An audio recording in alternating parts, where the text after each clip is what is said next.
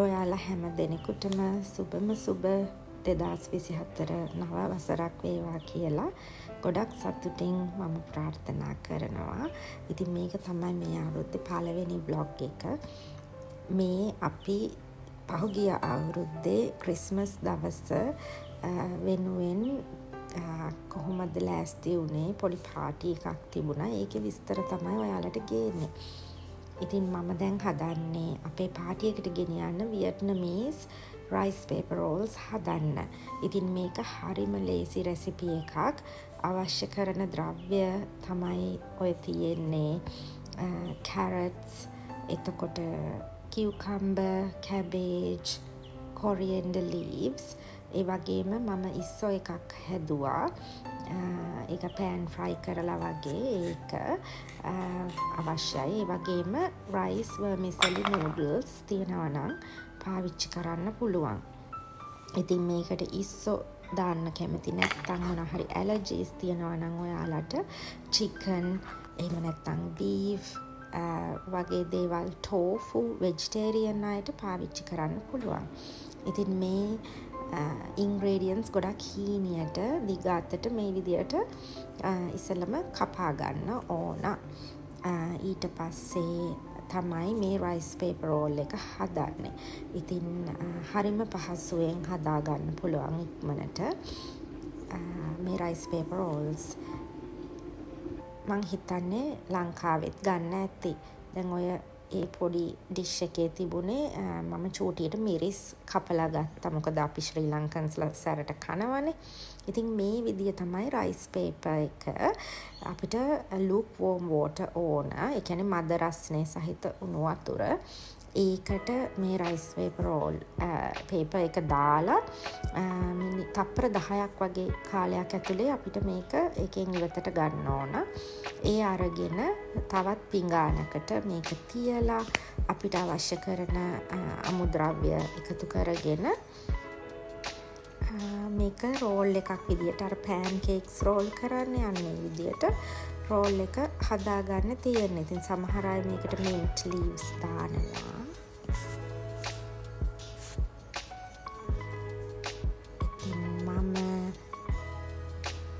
අද එකතු කරගන්නේ carrot, cabbage, coriander leaves, cucumber, ඒ වගේම අපේ ඉස්සෝ එක.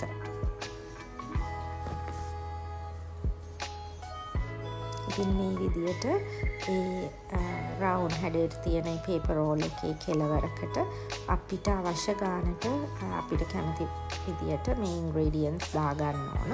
තලයට එකතු කරගන්නත් පුළුවන්. ඊට පස්සේ මේ දාන්නේ noodles, that's rice vermicelli noodles, cucumber, ඒ දේවල් දාලා ඊට පස්සේ මේක අපි ලස්සනට roll එකේ හැඩයට ඔතා ගන්න තමයි තියෙන්නේ. chilies ටිකකුත් දා ගන්නවා. ඊට පස්සේ coriander leaves කිහිපයකුත් දා ගන්න පුළුවන්. ඉතින් මේක හරිම refreshing. මේක කන්න සෝස් එකකුත් හදන්න ඕන. ඉතින් මේ සෝස් එකට පාවිච්චි කරන්නේ soy sauce, sugar, rice wine vinegar, තල තෙල් සහ රසපදමට ලුණු. ඒකට තව තලයට එකතු කරගන්න පුළුවන්. හරිම රසයි. ඒ වගේම ඒ සෝස් එකට ගොඩක් හීනියට කපාගත්තු garlic සහ ginger සහ onions එකතු කරගන්නත් පුළුවන්. ඉතින් ඒක තමයි මේකට ගන්න සෝස් එක. ඉතින් මෙන්න මේ විදියට හරිම පහසුවෙන් මේ rolls හදා ගන්න පුළුවන්.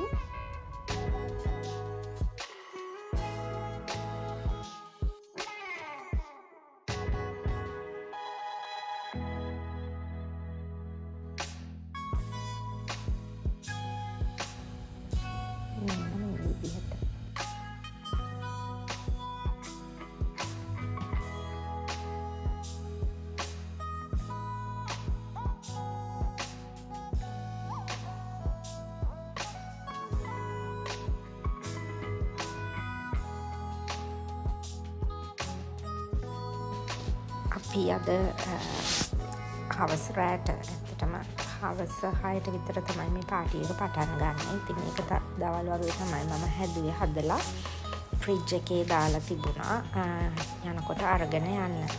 මේකට අමතරව මම තව හැදුවා olives, sausages and cheese ගහපු පොඩි sticks. ඉතින් ඒ වර්ග දෙක තමයි අපි අද අරගෙන යන්නේ පාටි එකට යනකොට. ඉතින් මේ රෝල් එකට ගොඩක් අය ආස වුණා. ඒගොල්ලන් හැමෝම ඒක එන්ජොයි කරා. ඉතින් ඔයාලටත් පුළුවන් මේ රයිස් පේපර් රෝල්ස් ලංකාවේ චයිනීස් අය ඉන්න නිසා දැන් කඩවල් ඇති ඕන තරම් ඒවල ඇති මේ රයිස් පේපර් රෝල්ස් ඔයාලටත් ගන්න. මේ සමහර වෙලාවට දැන් මේක මේ විදියට කන්න කැමති නැත්තම් මේක තෙල් වල බැදලා ගන්න විදියටත් හදා ගන්න පුළුවන්.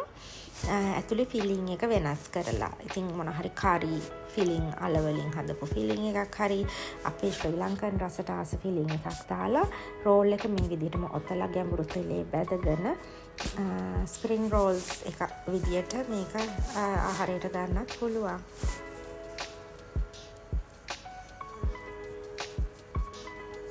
ඒ තල ඇට ඒක දැම්මම ඉතින් අමුතුම අර වියට්නමීස් රහ අපිට ලස්සනට එනවා. ගොඩක් වෙලාවට වියට්නමීස් අය කොරියන්ඩර්, mint leaves ඒ වගේම ගොඩක් herbs ජාති ඒගොල්ලන්ගේ ආහාරවලට එකතු කරගන්නවා.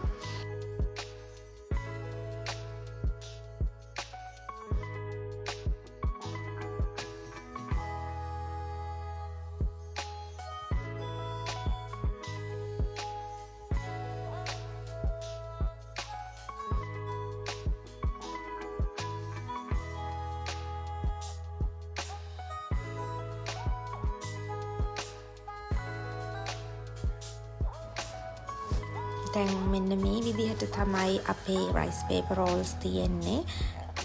මම baking paper පොඩි square shape එකට කපලා මේ එක rice roll එක rice paper roll එක වෙන වෙනම තියාගත්තා. ඒකුඩ මොකද නැත්තම් මේක එකිනෙකට ඇලෙන්න උත්සාහ කරන්න පුළුවන් ෆ්‍රිජ් එකේ තියනකොට. ඉතින් මේ හදන්නේ අපේ sausage, olives and cheese sticks. මේ olives මෙහි තියෙනවා බෝතල් වල. මේක ඇතුළට චූටි කැරට් කෑල්ලක් දාලා ස්ටෆ් කරපු එකක් තමයි මම ගත්තේ. ඒකට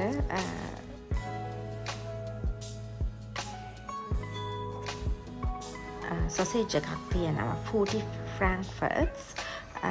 ඒක තමයි sausage එක විදිහට මම use කරේ. මේක බැදලා pan fry කරලා අරගෙන තියෙන. ඒකට cheddar cheese කොටුවට කපලා තමයි ගහගත්තේ. ඉතින් මෙන්න මේ විදිහට තමයි මේ dish එක මම කරේ. ඒක starter එකක් විදිහට කන්න පාවිච්චි කරන්න. මේ විදිහට හරිම ලස්සනයි. මේකට සමහර අය onions එකතු කරගන්නවා. සමහර අය pineapple එකතු කරගන්නවා. ඉතින් තමන් කැමති දෙයක් එකතු කරගන්න පුළුවන්. bell pepper use කරන්න පුළුවන්. මේ bell pepper එහෙම නැත්නම් capsicums use කරන්නත් පුළුවන්. ඉතින් අපේ dishes දෙකම හදලා ඉවරයි දැන්. දැන් මම මේවා ෆ්‍රිජ් එකට දාගන්න යන්නේ. මේක cling wrap එකකින් ඔතලා ෆ්‍රිජ් එකට දාගන්න තමයි තියෙන්නේ. දැන් අපි ලෑස්ති වෙලා අපි පාටි එක තියෙන හෝල් එකට ආවා. එතන වාහනේ පාක් කරලා දැන් බඩ් එක අරගෙන ඇතුළට යන්න තමයි තියෙන්නේ.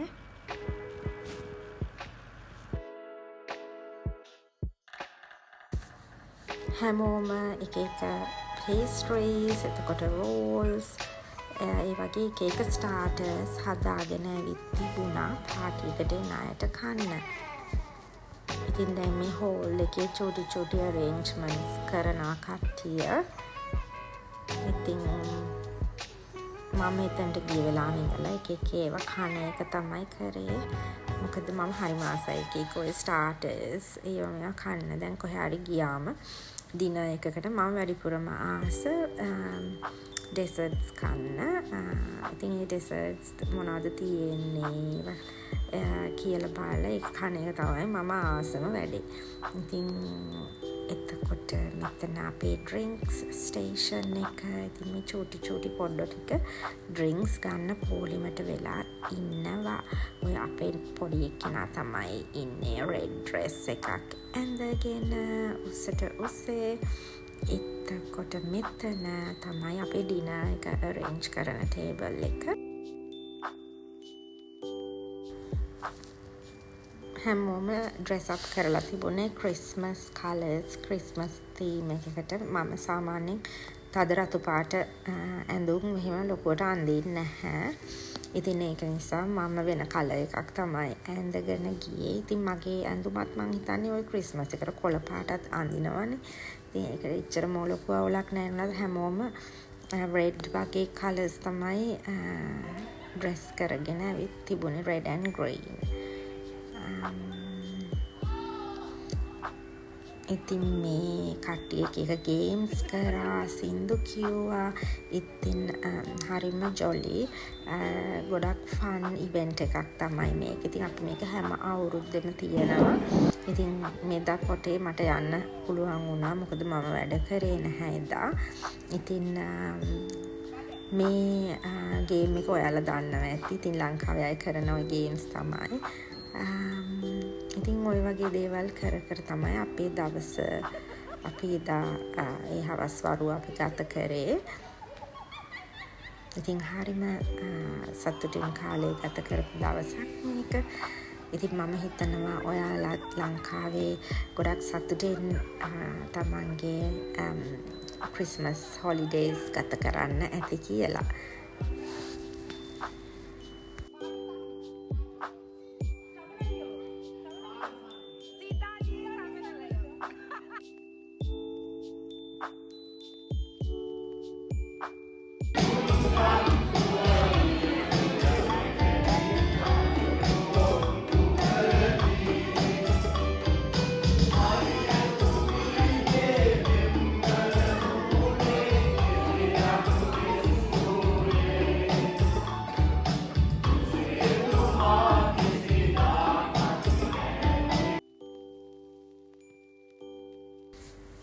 ඉතින් මේ තියෙන්නේ අපේ නත්තල් සීයා එන වෙලාව.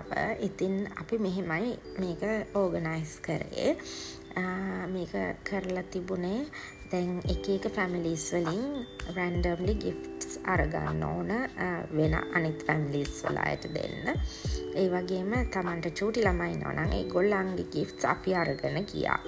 අපේ බබාට අපි ගිෆ්ට් එකක් අරන් ගියා. ඉතින් එතකොට ලේසියිනේ. එතකොට නත්තල් සීයා ඇවිල්ලා ඒ ගිෆ්ට්ස් එක්කෙනාට බෙදලා දෙන එක තමයි කරේ. ඉතින් ඒකත් හරිම ෆන්. නත්තල් සීයාට අපේ ෆ්‍රෙන්ඩ් කෙනෙක්ම තමයි හිටියේ. ඉතින් ඔය ඊට පස්සේ තියෙන නත්තල් සීයා ඇවිල්ලා තෑගි බෙදලා දෙන්න ඒවා.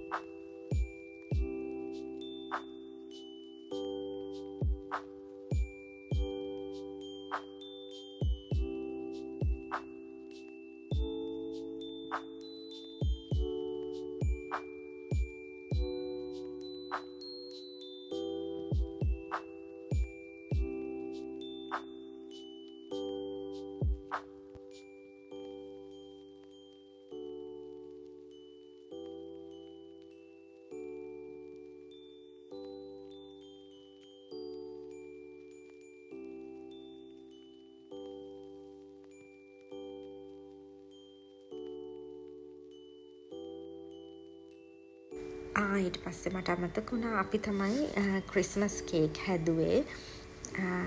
අපි මෙතන ඉන්න හැමෝන්ටම ක්‍රිස්මස් කේක්ස් හදාගෙන ආවා. ඉතින් මේ කේක් එක හදන්න මාසයක් විතර යනවා.